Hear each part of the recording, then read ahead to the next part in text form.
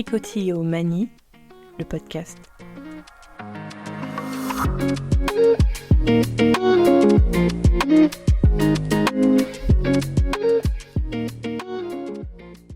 Hello à toutes et à tous.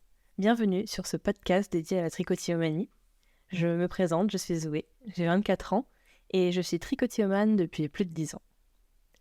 La tricotillomanie, c'est un trouble mental, en grande partie lié à l'anxiété, qui consiste à s'arracher les cheveux et les poils.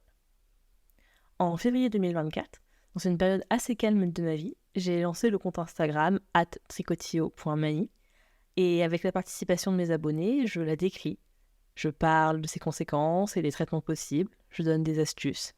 J'analyse aussi les symboliques qui pèsent sur ces attributs que l'on arrache et qui pourtant sont une part importante de nos identités et qui sont même politiques. Mais surtout, sur ce compte, j'y pose des témoignages. Je partage vos histoires pour vous délester d'un poids, pour montrer à d'autres qu'ils et elles ne sont pas seuls, pour briser ce sentiment de solitude qui est omniprésent quand on vit avec la tricotillomanie. Ce podcast, en fait, c'est le prolongement de ce compte Instagram. Ici, je vais vous proposer des témoignages plus longs, plus poussés, avec des personnes concernées de près. Mon but avec ces médias, c'est de sensibiliser de manière bienveillante, en douceur, pour soi-même, pour un ou une proche, pour savoir. Voilà, tu sais à quoi t'attendre. Maintenant, je vais me présenter un petit peu plus.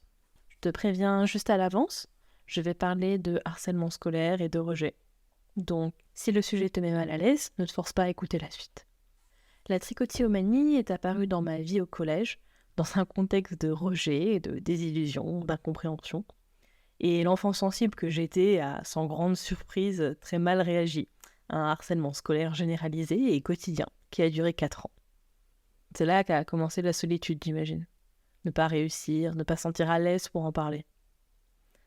1 an ou 2 après avoir commencé à arracher mes cheveux, quand j'ai réalisé que c'était un trouble connu, qu'il y avait un nom, j'ai été effarée. Je me suis dit, oh merde, ça a un nom, c'est que c'est sérieux. Mais ça aussi, je l'ai gardé pour moi. En plus, à l'époque, il n'y avait quasiment aucune info sur le sujet. Les réseaux sociaux n'étaient pas non plus aussi développés, et je n'étais pas inscrite dessus déjà, mais il y avait quand même très peu d'informations disponibles sur Google. Mes parents ont bien fini par s'en rendre compte, à un moment, que j'avais moins de cheveux et que j'avais cette habitude de me les arracher. Mais à part me dire d'arrêter, ils étaient aussi démunis que moi. La tricotillomanie m'accompagne donc jour après jour, avec des hauts et des bas. Je ne m'éloigne plus de ma collection de pinces à épiler. Je porte des bonnets, des foulards, j'essaie de les protéger comme je peux, mais j'ai souvent pas l'énergie de lutter contre moi-même. Moi, j'avais les cheveux courts quand j'étais enfant, mais j'ai toujours eu envie de les avoir longs, comme les princesses auxquelles je m'identifiais sûrement à l'époque. Mais quand je les ai eus, enfin, ces cheveux longs, jusqu'en bas du dos, la tricotillomanie est venue tout ruiner, année après année. La psychanalyse y trouverait matière à réflexion, je pense. À l'époque, donc, je n'ai quasiment rien trouvé sur le sujet. Mais je suis persuadée que si j'avais trouvé des ressources à l'époque pour m'aider à comprendre, à relativiser, à gérer, les années suivantes, elles auraient été beaucoup plus simples, beaucoup moins culpabilisantes et beaucoup moins solitaires. Et c'est ce que je veux offrir aux personnes nouvellement tricotillomanes et aussi aux personnes qui le sont depuis longtemps et qui ont besoin de soutien, d'en parler, d'être reconnues. Je veux aussi que ces médias soient les vôtres, vos témoignages, vos astuces. Je pense que dans ce genre d'expérience où tout le monde vit très différemment une même situation, il y a aussi beaucoup de choses en commun et sur lesquelles on peut s'entraider, partager. C'est la première fois que j'anime un podcast et j'avoue que l'exercice me plaît. J'espère m'améliorer rapidement, j'apprends à lâcher prise, un incontournable quand on vit avec un trouble.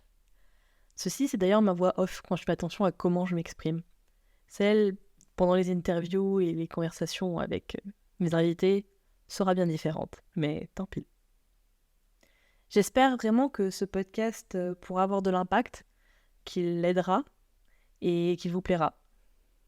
Je vous remercie d'avoir écouté cet épisode présentation et je vous invite à aller écouter le premier épisode avec Audrey. À bientôt et merci encore pour votre soutien.